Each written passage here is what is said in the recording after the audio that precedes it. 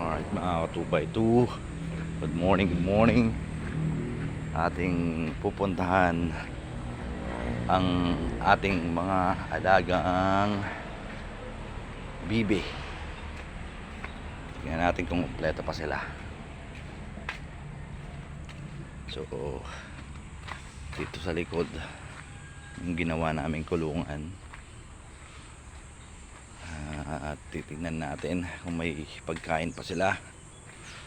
So 4 yung binili kong PB dito, 3 babae tsaka isang barako. So medyo dumalaga pa yung mga babaeng PB natin, so mga 1 buwan pa siguro bago sila mag-umpisa mangitlog. So ubos na yung pagkain nila at medyo madumi na yung tubig nila, so kailangan natin palitan yan mamaya. Binigyan din pala ako ng kaklase ko ng isang native na manok at nag-umpisa ng mangitlog. So nakita ko dito yung pugad niya.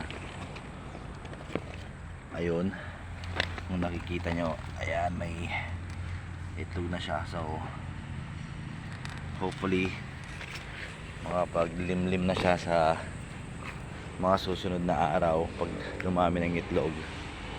So ito nga yung likod namin, yung pinapagawang bilyaran.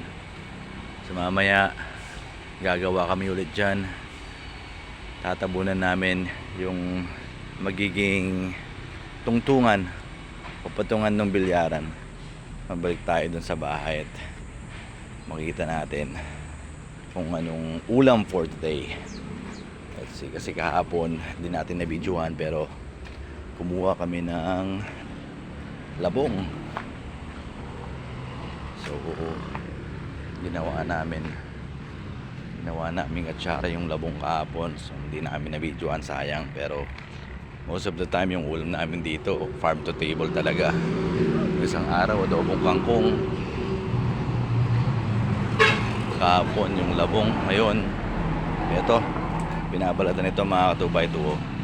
Ayan si Bro Marlon, ayan o, nagbabalat ng gabi naman ang ulam natin for today mga katubay 2. Ayan o, galing din dito din ito sa likod bahay mga katubay 2.